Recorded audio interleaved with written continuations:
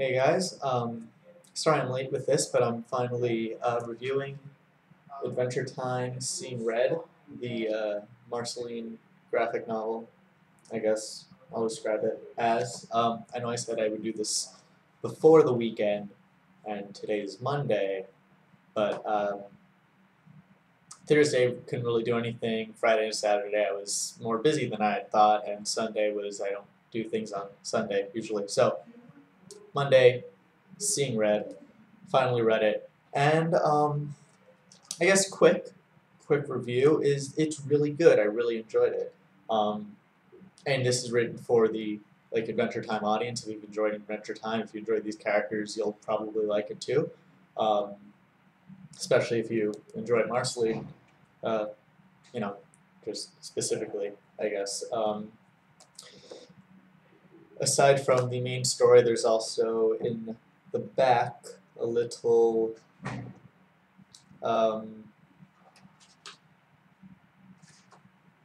yeah, just last few pages here, we get a little Lumpy Space Princess comic too, which is also pretty enjoyable. In some respects, a bit more enjoyable than the main comic. Just depending again if you like LSP and her kind of characterization, which I do. Um, but yeah, the first thing like when reading that really kind of struck me was that I was not prepared for the type of story it was based on the cover. Um, I don't know. I like for one. I think this is sort of like just a really neat cover, and I was expecting kind of more. I don't know, more of like a kind of epic, kind of quest sort of thing from it. Definitely has that kind of vibe, I think.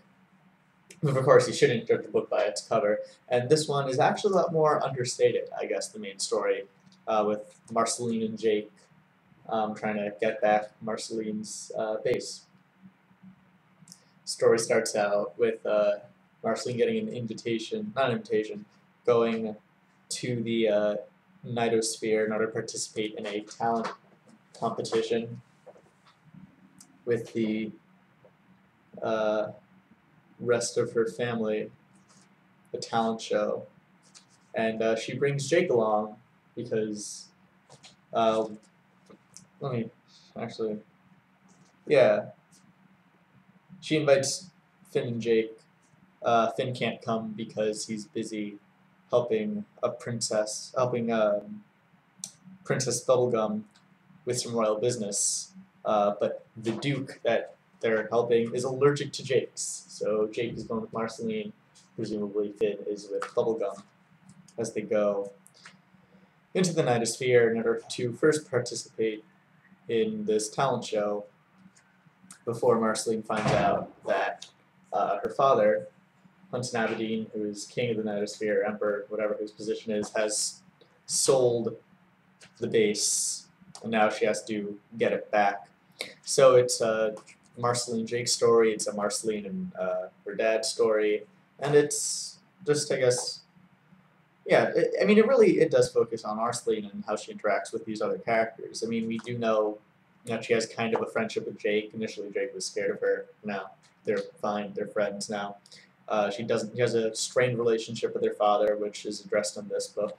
And then all the characters she meets as she tries to get her base back. Some of her former friends, shopkeepers, stuff like that. And I guess my main complaint is that there's a lot in here and it moves very quickly. So we get like these kind of short interactions between Marceline and Jake and all of these other characters.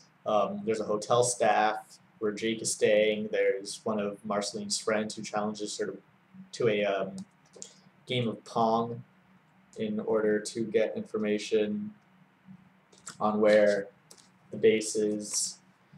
There's the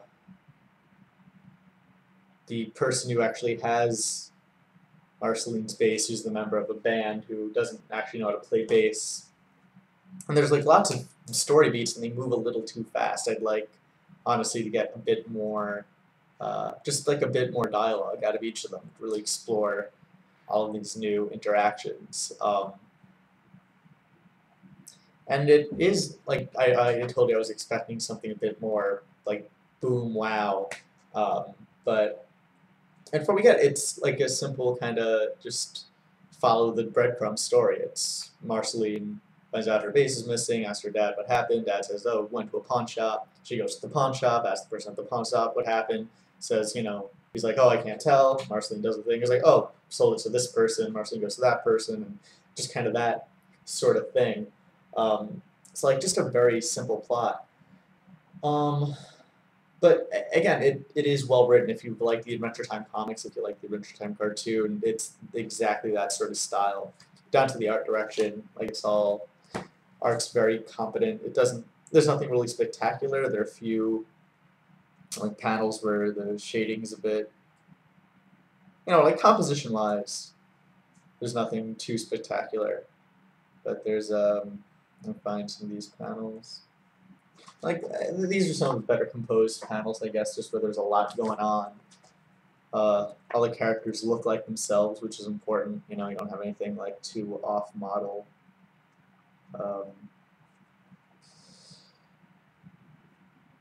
Try to find some more of the.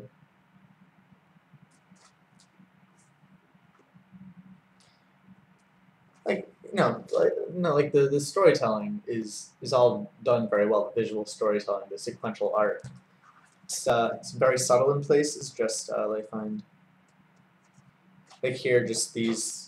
I think 3 panels are very good. How it's pretty much the same, but you see this slight evolution in Marceline's expression. It's very well done. I enjoyed it.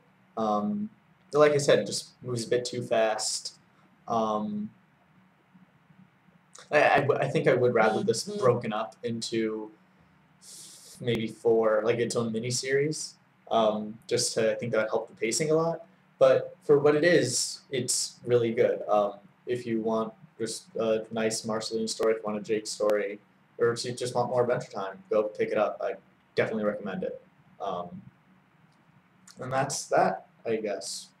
So, yeah. I guess coming into this, you kind of know. If you've been watching the cartoon or reading the comics, oh, I like this. I'm gonna enjoy this. It's just that sort of thing where before I even said anything whether or not you wanted this, and chances are nothing I say is surprising. So there you go. Adventure Time seeing red gets my approval or whatever for whatever that means.